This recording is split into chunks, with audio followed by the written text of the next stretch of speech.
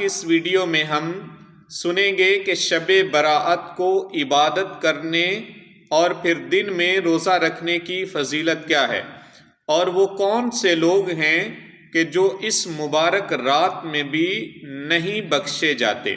تو یہ تمام باتیں پاک نبی کی احادیث سے سنیں گے۔ آپ سے گزارش ہے کہ ویڈیو کو لائک اور دوستوں کے ساتھ شیئر کر دیں تاکہ ہم سب کے لیے بھی صدقہ جاریہ ہو۔ تو چلیے پاک نبی کی احادیث شب براءت کی عبادت اور دن کو روزہ رکھنے کے حوالے سے سنتے ہیں۔ حضرت سیدنا علی رضی اللہ تعالی عنہ سے روایت ہے کہ نبی پاک صلی اللہ علیہ وآلہ وسلم نے فرمایا، جب نصف شعبان کی رات آئے تو اس کی رات میں قیام کرو، یعنی عبادت کرو، اور اس کے دن میں روزہ رکھا کرو کہ اللہ تبارک و تعالی اس رات غروب آفتاب سے آسمان دنیا پر خاص تجلی فرماتا اور کہتا ہے کہ ہے کوئی مغفرت طلب کرنے والا کہ اس کی مغفرت کی جائے، ہے کوئی رزق کا طلبگار کہ اسے میں رزق عطا فرماؤں، ہے کوئی مصیبت زدہ کہ اسے عافیت دوں، ہے کوئی ایسا اللہ پاک یہ فرماتا رہتا ہے یہاں تک کہ فجر طلوع ہو جاتی ہے۔ جبکہ دوسری حدیث میں ام المومنین حضرت سیداتنا عائشہ صدیقہ رضی اللہ تعالیٰ عنہ سے روایت ہے، فرمایا کہ نبی پاک نے فرمایا، میرے پاس جبریل آئے اور عرض کیا کہ یہ نصف شعبان کی رات ہے، یعنی شب براءت، اور اللہ پاک اس رات میں بنی کلب کی بکریوں کے بالوں کے برابر لوگوں کو جہنم سے آزاد فرماتا ہے، اور اللہ پاک اس رات میں مشرک، بغض رکھنے والے، قطع رحمی کرنے والے، تکبر کی وجہ سے اپنا تہمت لٹکانے والے، ماں باپ کے نافرمان اور شراب کے عادی لوگوں کی طرف نظر رحمت نہیں فرماتا۔ تو پیارے بھائیوں، دوستوں، سننے والوں، یہ رات بہت ہی اہم اور نازک رات ہے،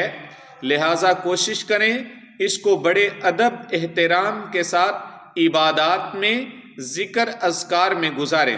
اگر آپ عبادت نہیں کر پا رہے، ذکر نہیں کر سک رہے، آپ میں ہمت نہیں ہے، تو خدا را آپ اس رات میں کوئی دوسری فضول حرکت کرنے سے بہتر ہے کہ عشاء کی نماز پڑھ کے سو جائیں، عشاء کی نماز پڑھ کے سو جائیں، صبح اٹھ کے فجر کی نماز جماعت سے پڑھ لیں، اللہ آپ کو رات بھر عبادت کا ثواب عطا فرما دے گا، بجائے اس کے کہ آپ رات میں جا کے مسجد میں شرارتیں کریں۔ بہت سارے ایسے بھی ہیں نا کہ مسجد میں عبادت کے لیے رکتے ہیں لیکن پھر مسجد ہی میں شرارتیں کرنے لگ جاتے ہیں۔ تو میرا ایسے دوستوں سے ان سے گزارش ہے جو مسجد میں عبادت کی غرض سے رک کے بعد میں شرارتیں کرتے ہیں، میں ان سے گزارش کروں گا کہ بجائے اس کے آپ مسجد میں رک کے آدھی عبادت آدھی شرارتیں کریں، اس سے بہتر ہے کہ آپ عشاء کی نماز پڑھ کے سو جائیں، صبح اٹھ کے فجر کی نماز جماعت سے پڑھ لیں۔ ہاں، اگر اللہ نے آپ کو ہمت دی ہے تو آپ ضرور رات میں عبادت کریں، بہت عظیم رات ہے، بہت زیادہ اجر و ثواب ہے، دن میں روزہ بھی رکھیں، اللہ پاک عظیم اجر عطا فرمائے گا اس کا۔ لیکن پھر میں کہوں گا کہ اس رات میں کوئی ایسا کام نہ کریں جو زیادہ نقصان کا باعث ہو، اور اس عظیم رات میں جن لوگوں کی بخشش نہیں کی جاتی ان کے متعلق اللہ کے نبی نے فرمایا، حضرت سیدنا عبداللہ بن عمر رضی اللہ تعالی عنہما سے روایت ہے، نبی پاک صلی اللہ علیہ وسلم نے فرمایا، اللہ نصف شعبان کی رات اپنی تمام مخلوق پر نظر فرماتا ہے، پھر بغض رکھنے والے اور کسی کو قتل کرنے والے کے علاوہ اپنے سب بندوں کی مغفرت فرما دیتا ہے، اور مشرک کی بھی اس رات میں اللہ مغفرت